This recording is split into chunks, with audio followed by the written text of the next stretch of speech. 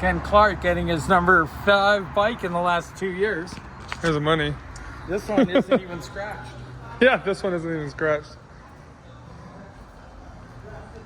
I like how you put on a human race moto. Oh, it's a very popular YouTube channel, I've heard. Yeah. Get everybody to subscribe to it. Human Race Moto is what you want to watch. That's pretty. It's almost like the V2 sizing, but it's almost different. Yeah, I mean, we have the old and the new side by side. They kind of get a scale. So, oh, and that's the Super Sport. No. So, base V2. Oh, I see. V2S. So, when you compare the two bikes side by side,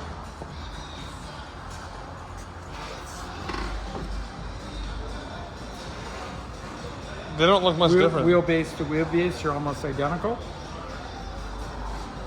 So slight profile different, tank shape, bodywork is going to mirror a little bit the V4.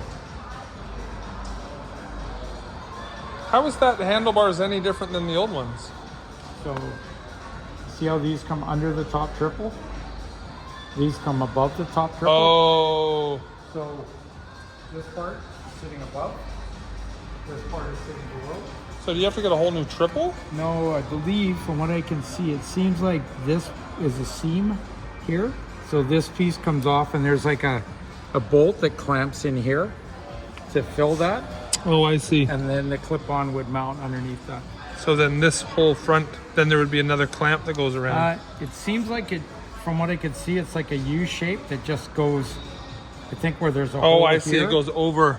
Yeah. I mean, the picture doesn't give me a whole lot. It just shows it on the bike. Yeah, okay, I see. Because that's what I thought. At first I thought this is all one piece. Like, I don't understand how it works, but then under close you can see there's like a seam there. Gotcha. And the difference between the V2S and the V2 is what again? Suspension. Suspension. So here you're going way more. Again, full Öhlins front and rear, and Öhlins steering dampener. Gotcha. Versus non-brand or non-high spec. So it should be. Oh, I see. So this mine is the V2S. That's the stock V2. Right. And then the V2S comes with the solo cowl. The V2 comes with the passenger pegs. Who the hell wants to take someone on the back anyway? This is an accessory, and on this one, that's the accessory. I see. So again, a little bit more set up for track, off-road use and road use out of the gate in a way. Now off-road, you don't mean actually off-road. No, meaning, yeah. Well, you've had experience off-road. Yeah. A little gravel here. Yeah. A little this here. Actually, are you okay? Yeah, I'm totally okay. It was, I slid like a pro. It's funny because your verbiage said it was like at turn 1, and I'm like, sorry, it's turn 3. I thought it was turn 12. Oh, so did everyone else. Well, I must check what I wrote. Because we're looking at what's the right hand corners, right? So I'm like, well, I know 12's a tight one, I know 3's a tight one, but then I think you said that it was turn 1, the same place Patrick went off, and then I'm like, no, that was at the end of the day. No, but then I'm like, because that's the left. I went off the track at the end of the day too. Oh. Yeah, high speed. I didn't realize, like I came out of the last turn and went booking down the straightaway, and you know how it goes up and then over? Yeah. The front came pretty weightless over. I was like, damn, I'm going fast. I looked down, I was like doing like 250. How's it going, buddy? I was doing like 250, and then I went up over, and I was about to start leaning in. I just started to put lean on the bike. And then I was like, I got way too much speed for this corner. So I straightened back up again, and they've got automatic rear braking on those. So you shouldn't touch the rear brake. As soon as you do, it always goes into a slide, because that's where it activates, I think, the slide device or whatever, because it slides every time. As soon as you touch the back brake, instant starts slipping. So then I let off the back brake, stopped slide, and by this point I was heading straight to the gravel. I'm like, oh fuck, please don't bite it twice in one day. I kept it up, but by the time I stopped, was right near the concrete, and I was like a foot in the gravel. Rob crashed. Yes. At turn 1, but he also ran off before turn 2. He overshot that. Oh yeah, I can see that too. But he kept that one up. But. Yeah. Another pretty bike. I remember the first day I bought the first one, and you guys told me, this won't be your last one. Well, curse you both. Fuck you. You didn't have to take us quite so seriously about how many you were getting. We thought, okay, a couple years, you upgrade, you're just like... No, I just want more and more and more. Well, it's just that much closer to the motorcycle tourist company now. How's the V4 on track? Oh, I've only got streets on it, and that's the reason why I crashed it. I've already crashed it. Yeah, I know. And low side. Low-sided, slow, but the arrow on it is like they're bulletproof, dude. They you don't have one here, but they it didn't even put it. It just scratched or it grinded it down, so now it's less aerodynamic. Yeah. But It limps. yeah, it limps. But I got scratches on it already. But now I won't ride it on the track again without slicks.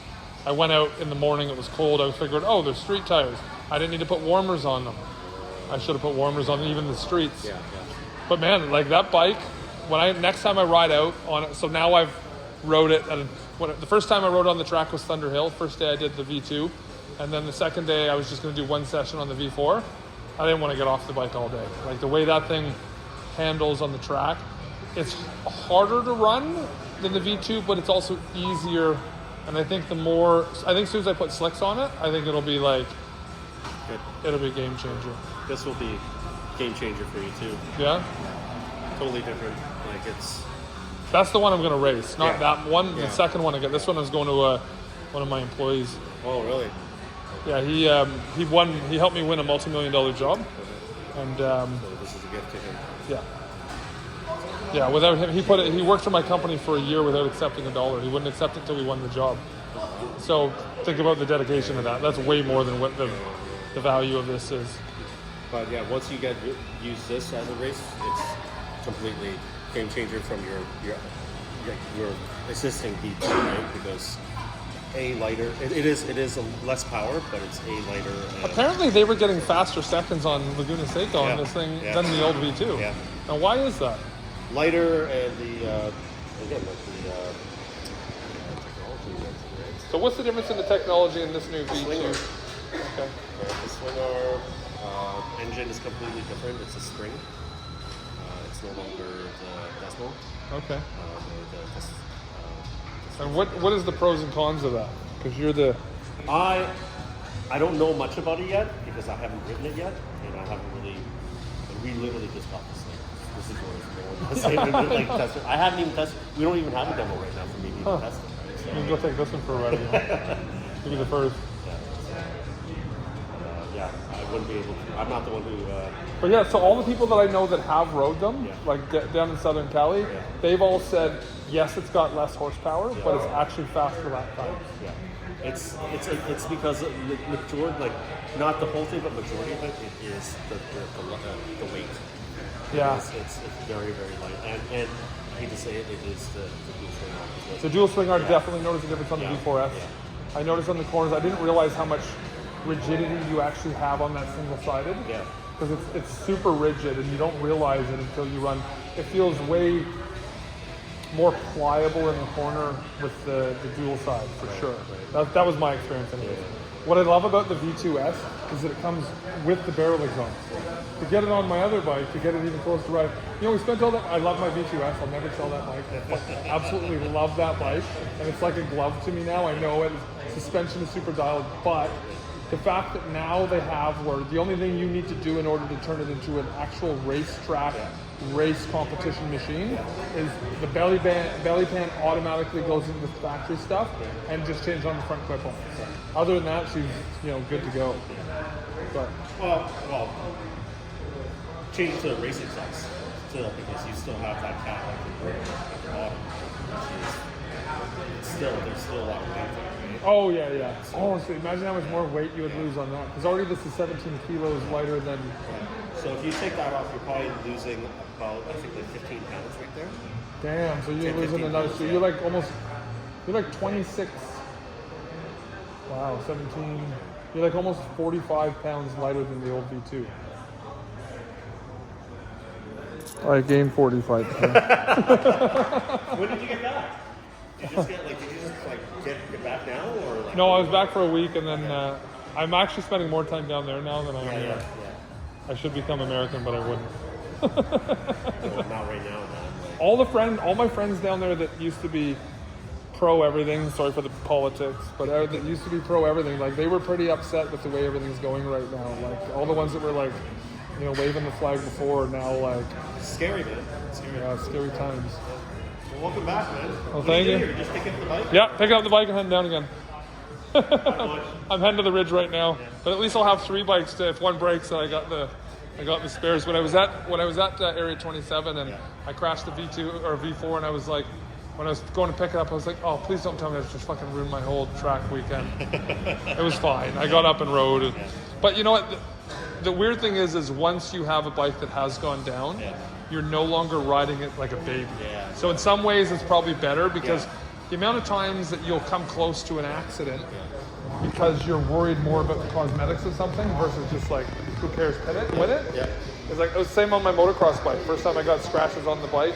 So then on one of my first race bikes, and then after that, as soon as I got a bike, the first thing I would do is grab mud and rub over it so that I didn't be like, care about it. Yeah. So it's just to get it out of your system. So not that I'm going to do that to this one. This one's going to stay a road bike for a little bit. So is the V2S. And so a couple nights before, I was moving the bike around and I broke the right-hand mirror, and instantly I pulled everything off and I was like, oh, I guess it's a track bike. That's what happened to my V2S. That was the moment when I was pulling it out of CT Tire shop in Santa Cruz. That's where the head office, one of the head support offices is. And I was pulling it out their doorway. Chris did it. Chris is like one of the main CT guys. CT Tire, that's like the Pirelli dealer of States. And I was pulling out of the doorway, I broke the mirror. And I was like, I guess it's a full track bike. That's awesome. So, darn the mirrors. All right, we're going to get the paperwork sorted. Yeah, you too, sir. And Welcome back. Alfred's the head of service here. He's the reason why the bikes run well. So let's go get this thing loaded.